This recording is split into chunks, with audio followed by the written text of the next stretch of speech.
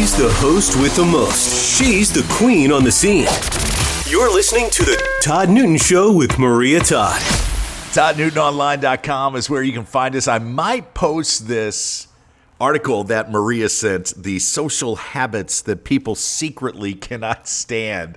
Ooh. And some of these are really annoying. I mean, we all have the little pet peeves that people do. For me right now, it's on airplanes when people are watching something or playing a game with the sound up, or when they're making a call and we got to listen to the other person. It's like, come on, man.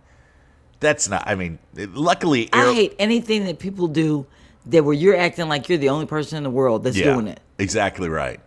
Crafty Attitude 1321 says, not everything has to be filmed. You're right. Yes. You're right.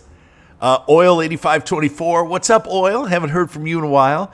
Says, this drives me nuts. People congregating in doorways, particularly when there is plenty of non-doorway space available. Ugh. Yes. I feel the same way about people that stop their cars in the street to talk to a neighbor and block the whole street. Yeah, and they think that just because they're talking to a neighbor, they think it's cute, so they think it's fine. You know, they think it's okay to do. Pull over to the side, then you still have plenty of room for me to drive around you. Yeah. Oh, here's one. People who stop in the middle of a busy sidewalk to check their phones. It's like they've hit pause on the whole world. Yeah. Yes. Big one here. This is from the book I read 77. I love that username. At the airport, people who stand blocking the baggage carousel as if they're the only ones that need to get their bags. Selfish Fs. Also, those families of 4 to 6 plus who walk down the concourse slowly, shoulder to shoulder, blocking people trying to get to our gates.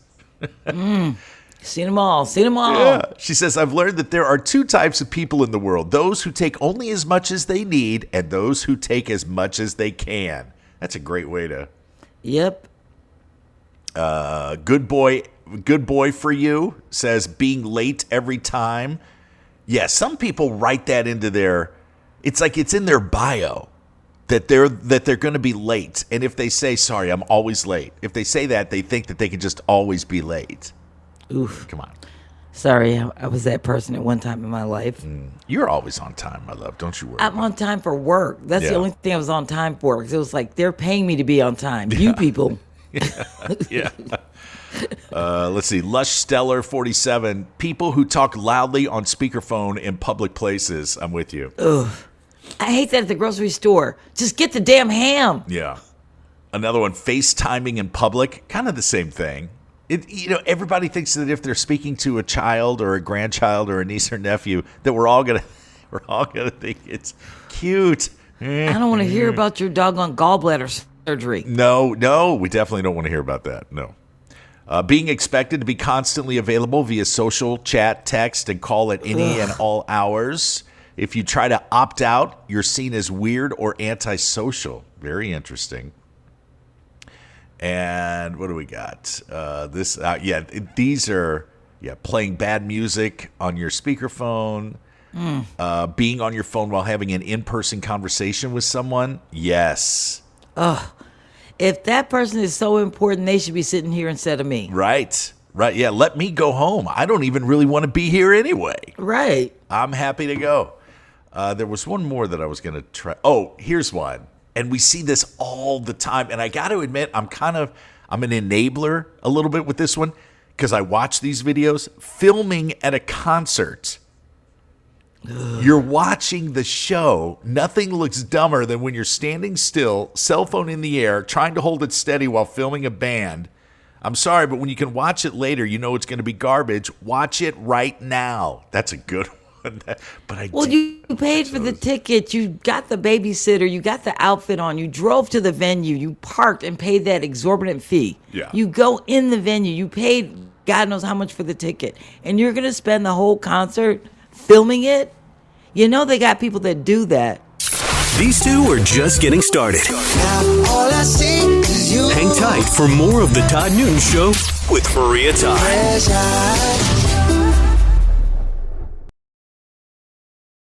Let's get back to the radio show you've been hearing about. This is the Todd Newton Show with Maria Todd. Ooh, talking about stuff today, boy. I love it. Todd Newton Show. There's Maria Todd, everybody. ToddNewtonOnline.com. Glad you're here. Glad you're contributing to the chat.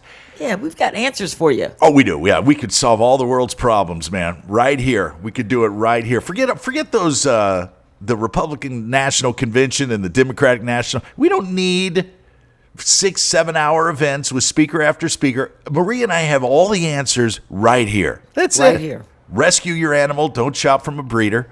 You don't have to show up everywhere anymore. Just send a little money via Venmo.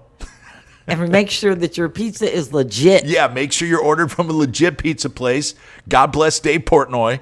And and don't make use your AirPods or headphones if you're gonna make a phone call in public. We don't need to hear both sides.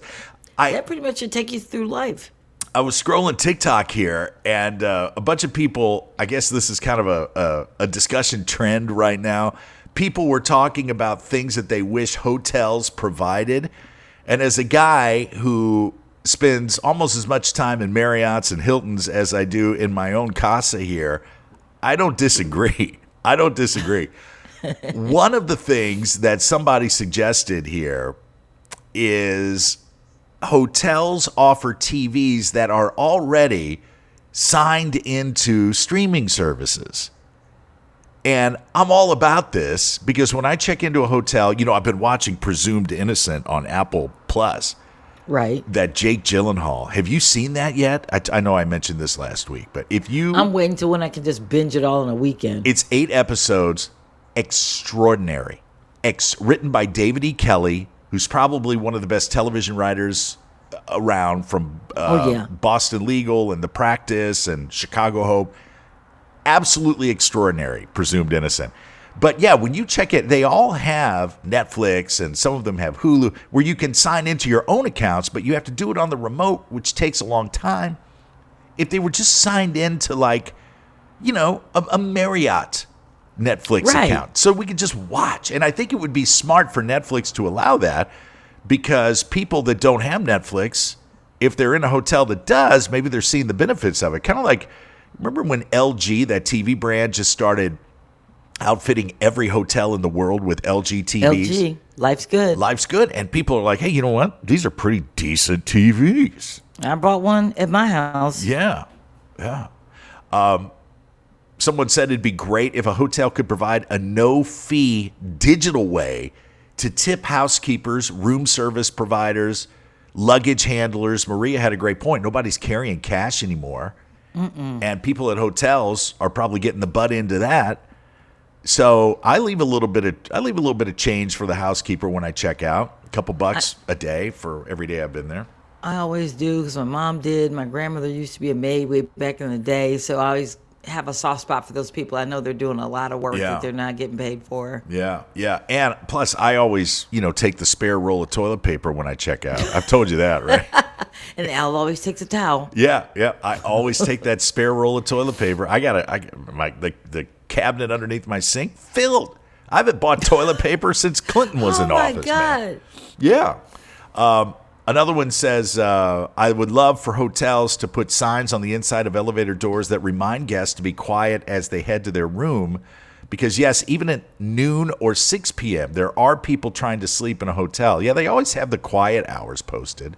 But just remind people not to yell and scream and dance and, check each other into the doors. That's a good one. Mainly that needs to be for people between the ages of 16 and 30. Yeah, exactly. They're getting off the elevator. Let's do one more of these. These are things that y'all said you wished hotels provided.